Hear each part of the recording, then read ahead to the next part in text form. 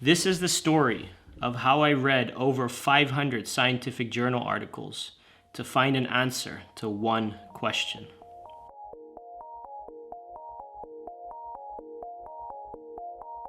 You see, I was in pursuit of an answer.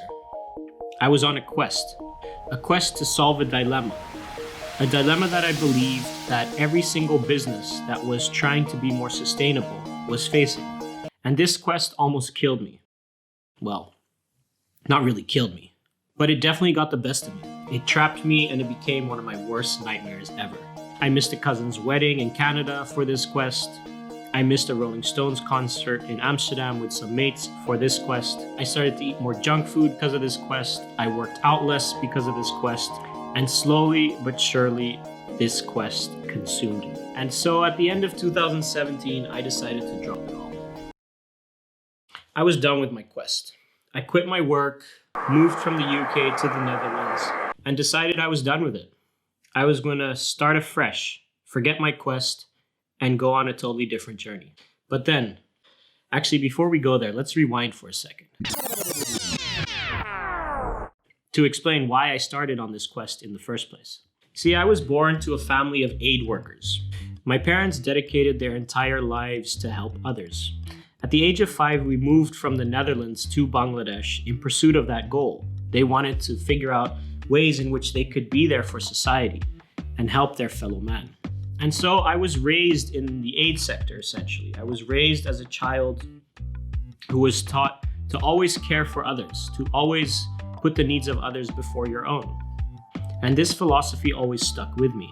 Now, after a stint at boarding school in India, I returned back to the Netherlands to start my university life. And during this time, I got totally hooked to entrepreneurship and the startup scene. I ended up studying entrepreneurship and innovation and started a career in entrepreneurial consulting. And very quickly I realized that from the start of my career, I was always intrigued and trying to find ways in combining entrepreneurial thinking with this philosophy that I had grown up with as a child. In other words, how can we use entrepreneurial thinking to create more social change or have a positive social impact on the world? This led me to explore concepts like stewardship, eco-innovation, social entrepreneurship, and of course, sustainability. I quickly realized that all businesses and NGOs engaged in sustainability were facing one common challenge. They all struggled to find a good balance between their commercial, social, and environmental goals. And so, I decided I wanted to crack this challenge and solve it. I was invited to do a PhD, and this is where my quest really began. So now, let's fast forward back to 2017, when I almost gave up. After about half a year of soul-searching, contemplation, and relaxation, I decided to return to my quest. I had to find an answer to this challenge. So I went back to my pile of scientific journal articles. And through a process of systematic review, I narrowed down that massive pile into 164 journal articles that explored one specific topic. How can social enterprises or sustainable enterprises find a good balance between the social, commercial, and environmental goals that they're trying to achieve? And I quickly came to realize one thing. The majority of researchers were jumping onto the bandwagon of agreeing that the social, commercial, and environmental goals were always in conflict with each other. The main argument here was that a company has limited resources.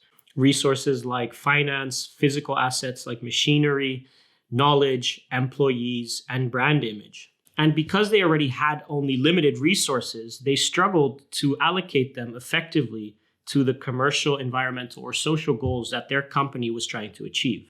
And so, in effect, the social, commercial, and environmental goals were always fighting for resources. But I started to question this position. And I started to think, there have to also be strategies that a business can incorporate in its decision-making that would allow it to, instead of creating conflict between the three goals, actually create harmony and complementarity between the three goals. And this is when I created the term blended value creation. The term blended value creation refers to the utilization of strategies to create harmony and complementarity between the three goals: social, environmental, and commercial. And so I started to look for strategies that fulfilled blended value creation.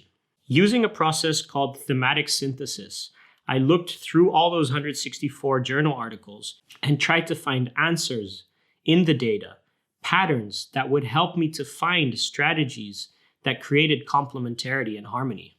And slowly but surely, these patterns started to emerge from the data.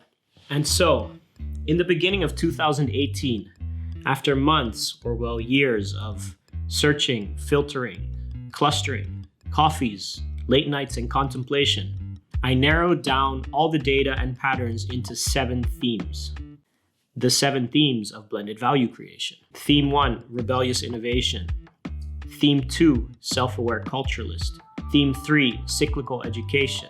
Theme 4, collaborative bricolage. Theme 5, humble scaling. Theme 6, ecosystem remodeling. And Theme 7, transparent accounting. 7 themes to create harmony and complementarity between the social, commercial, and environmental values that you're trying to create as a business. And this is what I propose at the end of my research. I propose that if an entrepreneur, business leader, or NGO head engages in these 7 themes, that they'll be better suited to create complementarity and harmony between their different goals.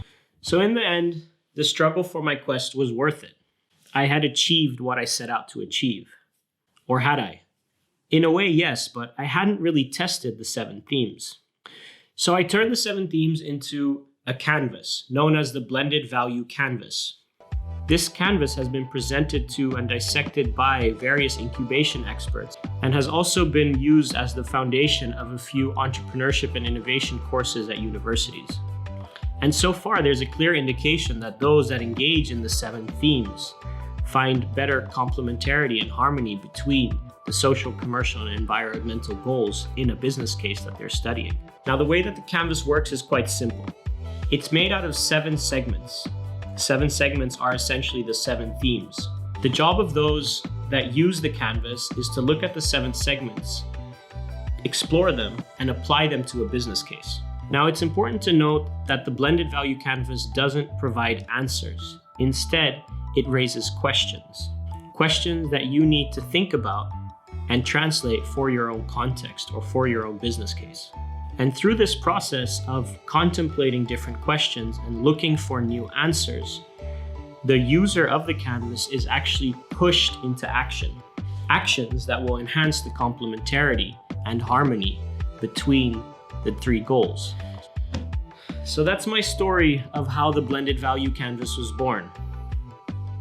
In the next 7 parts of this series, I will be exploring every one of the 7 segments. In each of these parts, you will learn about one of the segments, you will learn how to ask questions for that segment, and you will also learn how the segments are interrelated with each other. In some cases, some examples and answers may be given for a specific segment to help you along the way and to push you in the right direction. I hope you enjoyed this story, and I look forward to seeing you in the next part of this series.